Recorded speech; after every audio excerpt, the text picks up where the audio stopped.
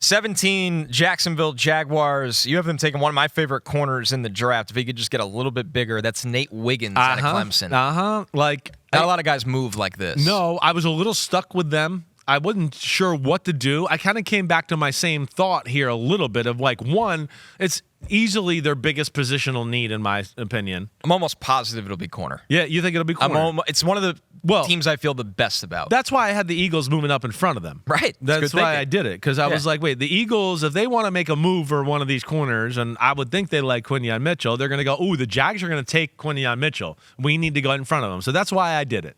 And, I know that they're looking at that position anyways, of course, the Eagles. And that's not groundbreaking news. So that's why I did that. But now you look at the Jaguars and go, oh, man, that messes up their plans. What would they do, right?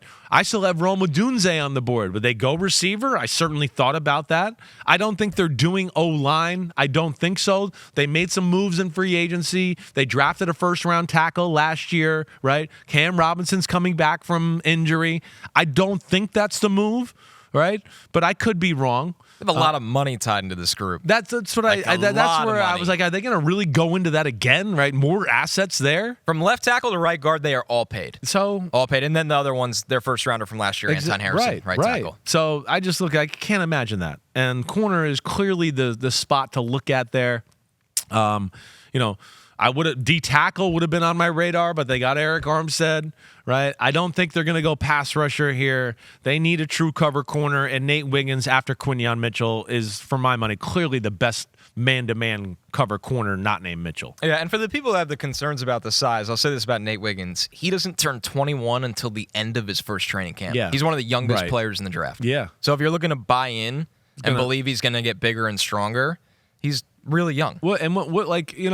One, I think that stuff's like over talked about anyways. Right. Especially in this league. I mean, again, he'll be 180, probably in another 2 year and a half, right? But man, there's a lot of good corners that are 180, 179, right? It's not that far off here. And the way he moves and runs is special. It really is. Like I wanted to say, like, what did I wonder what Darius Slay weighed coming out, but he was probably like 190, I'm going to say. I can't remember exactly, but that's a guy that he kind of reminds you of when you watch him on film. Slay was 192. 192. Okay. So he was, that's 20 pounds. That's a difference, certainly. But he wasn't as tall. Slay's under 6 feet tall. It's 5'11" and change. Yep. Right. And, again, sometimes I think this is like, I don't know how you feel. It's like us talk. It's scout talk. It's all of that. Like, we're not getting this guy to fucking tackle. Right. I'm not getting this guy to like set the edge against the Titans and Bill Callahan. Be across from the number one wide receiver and run with him all day. Exactly right. Calvin Ridley, we got to play him now. You got to run with him when he runs 60 yards down the field and Levis throws a bomb. You know who misses tackles plenty? Sauce Gardner. Most good corners do. And who cares? Right. Because he's one of the best corners in the NFL. Exactly right. All day long. Exactly. Yeah, right. Yeah. Deion Sanders, as Pete reminds us. All right, I got to ask you about 18. I want to spend time on this. Yeah. Bengals at 18. Rome Odunze. Yeah. I think if he was there, it makes a ton of sense. Yeah. Is this one where you got to this point in the draft and you're like, you know what, I just didn't find a place for Rome Odunze? Or is this some of, hey, you never know. Like a guy could, there's always a guy each year that we didn't see coming that falls. I feel like there always is that, right? It kind of worked more the first way you said it. This is not like an inside info or an inkling. Here's one thing I do know. I think everybody likes Odunze. I just think everybody likes him in a different area, right? So I'm like, I don't know if like those one or two teams we talk about in the top 10 that might take him. If they don't take him, then where does he go? And I think this is kind of where the area he would start to come back into the conversation again. I feel like, I could be wrong there. And everybody has him as a first-round grade. But I feel like the people even I talk to, some have him in the, okay, maybe he's 8 to 12. And then I have others that are like, no, we think he's kind of in like low 20s, mid 20s type of pick, right? So that's where, it kind of worked out that way organically for me. But then I looked at it. You look at Cincinnati, right? I kind of looked at their board. What would they might need? Where would they go here, right? You're getting into last year, the T. Higgins thing with the franchise. Tyler Boyd's gone. Joe Burrow is clearly the strength of their football team. I don't know if I really saw, D tackle I thought about, right? That was part of Murphy's gone. Murphy's gone. So that was part of the combo there. I thought about tackle a little bit. Yeah, like an Amarius Mims. Exactly, right? But, again, come back to it and go, they're not like desperate at line. Right. And, they got Orlando Brown. They got 3 interior O-linemen that are pretty good. The kid Carmen Jackson's still there. I felt like this one would be one where they just couldn't pass it up with Rome Odunze being on the board. And Trent Brown. I knew I was missing a Brown. Yeah, that's their right tackle. So they're not desperate. I think if they drafted Amarius Mims, they'd have the 3 biggest tackles in the world on earth. Right. I know. I mean, there would be another one where I'd go, they're not desperate there. They can get the receiver here and maybe get an offensive lineman in the second, do something like that to, add a little depth and feel better about the position overall. All right, let me walk the people through the next scenario. Yeah. So you had the Seahawks trade out of 16 with the Eagles. Yeah. That sent them to 22. Right. Now you have the Rams trade with Seattle. Yeah. Right. So the Seahawks now are back up to 19. Yes. From 22. A little bit of Arizona style last year. Exactly. Bounce around the board. What did you have them do that for? Well, I got into this here a little bit with the Seahawks just because, got them dropping down after that trade, but also them sitting there going, wait, we need an interior offensive lineman in a bad way, and some of these teams that we just traded behind also need offensive linemen. Miami? And right, exactly. So they could be stealing our guy here or whatever, right? Because after this is Steelers, Dolphins, right? Exactly. Steelers and Dolphins right after this, who we both, I think, would agree are certainly heavily in the offensive line conversation. For sure. Right? So that's why I did that. And then I look at Seattle, and I went, wait, it could be guard or tackle. I don't know, right? Abraham Lucas was hurt last year. They got Cross still left tackle. So I was like, I think they're going to go inside interior here. Oregon State's right around the corner. This fucking guy can also play tackle, like if he needs to, right? So that's where I went with them with Fuaga. And I think they'll make him guard is what I would want to do, like you just talked about with him and the Colts, right? And now you got 2 pretty big dime tackles. You got him at guard, and you got something working there. I also think I like the thought with the Rams, too. I think the Rams will be really flexible. They're in no man's land at 19. I think so, too. Whether it's up or down. Right. I think we'll see a lot of flexibility with the Rams. I looked at them, and just they're in a spot there, too, where, as I looked at the Rams and got them trading back down to 22, I went, they need, to me, front 7, period. Yeah. And there's a number of guys on the board at front 7. And then I looked at it and went, they're going to feel good that the Steelers and Dolphins are not going to be drafting front 7. So they can still get the same player that they wanted at 19 at 23 or 22, excuse me. And that's why I did that. All right, 20, the Steelers. You have them getting what I think is one of the better values of this draft. Yeah, I mean, he's by a lot of people looked at as the safe guy because the way he pass protects, right? Oli Fashanu, right?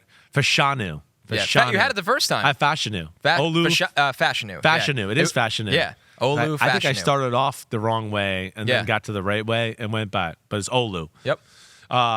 But either way, yes, got him going there, right? Now, here's another one that I would tell you is a little all over the place with some of my friends that I talk to in the NFL. Oh, the variance on him is insane. It really is. I know people that are like, not my type in the first round. I know people that are like top 15 pick every day of the week. I lean more. I think he's a top 15 pick. I don't think he will be. I think he's somewhere in between for me. Right? Right here. Right? Because some of my, exactly. Because some of my, but you said it right. I've had some people go like, we think he's one of the safer tackles in the draft. And then I've had others go, we think he's a second round pick. Yes. And I was like, oh, okay. All right, so there, I think the teams that value run game and all that really don't like that's the issue. Olu. That's the problem, issue. Right? Yeah. And so that's the problem. But either way, the Steelers have a need there.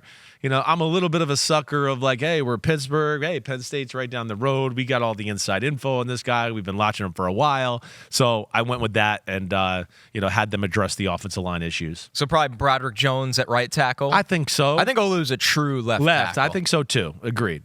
So, yeah, I would imagine it to be that happening that way. I thought about interior O-line.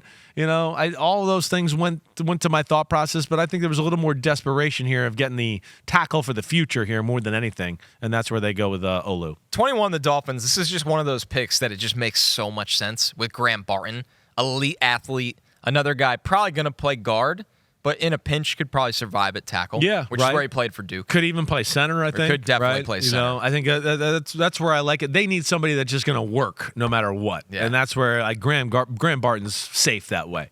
And whether that is to play tackle and maybe he can do that, right? I don't think it's his best spot. I think you agree with me there. I do. I evaluate him as a guard. Yeah, I think he's a guard as well, right? And they need that. You know, again, they need a little everything. They lost their center from last year. He's not there, right? You know, Connor Williams, who's still dealing with an injury and rehabbing that. Right? They lost their guard Hunt to the Panthers. $100 million man. $100 million man, right? I mean, left tackle Teron Armstead has been hurt a lot, right? It has got to be O-line here. Dolphins are one of those teams, I when I first started the process, I was like, would they trade up a little to make sure they get the tackle they want?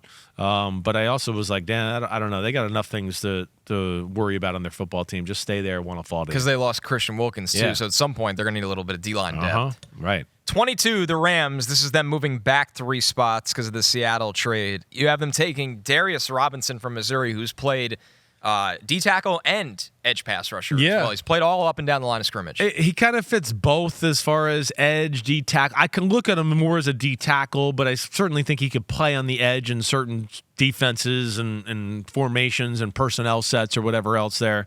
I love Darius Robinson. I think he is a fucking awesome football player. No Aaron Donald, as we know there, right? I know they got their kid last year, Kobe Turner, right? Great steal. Yeah, who had a really awesome year. I thought about pass rusher here, right? I thought about maybe would they go Jared Verse, right? I certainly thought about that, or maybe even a Chop Robinson, something there. But I feel like Darius Robinson is a little bit of a notch up for me as a player compared to those guys. And I look at it and go, wait, he can kind of do D-end and D-tackle and almost fit 2 needs in one for this football team. I kind of went that way. Right, and I think to your point, they took Byron Young last year, right? Who's kind of that explosive edge guy. Wide alignment guy, pass rusher first. Right. You've talked about Michael Hoyt on this podcast, very unconventional 300-pound stand-up rusher. Yeah. So then a guy like Darius Robinson, a little more heavy-handed. Yeah. Right. It gives you not your pass rusher extraordinaire. No, but he can brawl a little more. Exactly right. I mean, I think he could play 3 technique and be awesome there, and then he's going to be able to 2-gap. Like he'd probably be the best 2-gapping D lineman you're going to see in this draft because once, like you said, heavy-handed. When he gets his hands on people and his arms are straightened out, like I don't give a shit who you are. You're going for a ride on the Darius Robinson cartwheel. He's going to throw you around a little bit. And I think that's where he's made for that. And they asked their guys to do some of that stuff there. So 23, the Patriots get to pick again from the Minnesota trade. And, man, do they need a left tackle in the worst way. And you have them taking Amarius Mims. Amarius Mims. I love Amarius Mims. I thought about the Oklahoma kid maybe just because I know Amarius Mims has a little bit of the injury concern, right? We talked about this, though. But he's just better. He is. He's better. Agreed. I mean, Amarius Mims, for me, pass protection-wise, like ready, day one. It's like 2 people. He's phenomenal. He really is. And, a lot. I saw the improvement through the year. Huge body, right? They believe that up in New England. It's a big need there. I think that's a no-brainer. I think I've told you this before for Patriots fans listening because they probably were like, oh, well, he played right tackle. We need a left tackle. Mims told me he practiced 40% of the time at left tackle. Wow. At his practices at Georgia. Yeah. Those practices are just different there. Like, they get those guys tailor-made for the NFL. Right. So this dude, he truly can play either side. Yeah, and I feel like, guys like that, again, it's a less drastic transition than, let's just say, dribbling with your left hand. Right. I mean, it really is.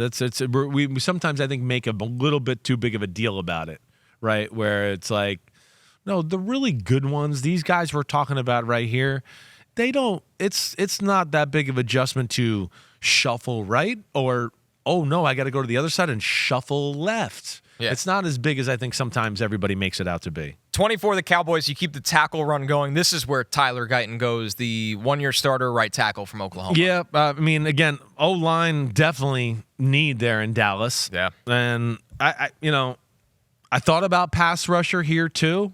I did. I think that was one area I looked at. I looked, there's no safety or anything like that jumps out to you. Too early for a center?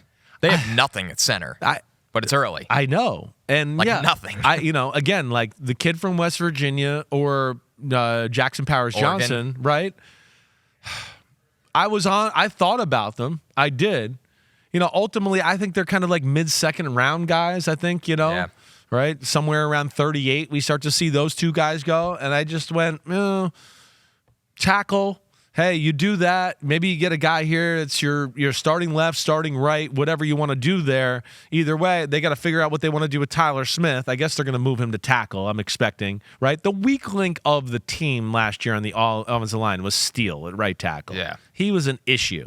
And not only do they just need more bodies and players altogether, like you're saying, I just didn't see the interior guy that made sense there with the value of that pick right there. So that's where I went with Tyler Guyton, who I like and is extremely athletic. And another guy I would go, needs work in the run game and stuff like that, but pass protection-wise, I think he's pretty damn close to being ready to go. Yo, homies, what's up? I know it's the offseason, but it's never the offseason on Chris Simms Unbuttoned. Me and Ahmed Fareed are going to be here for it all. We got free agency. We're going to break it all down. The draft, the rankings of positions. Of course, we're going to unpack it all. Hit subscribe, get to my free agency reactions, 2024 draft rankings, and more. Thanks again for watching. Peace out, homies. See you soon.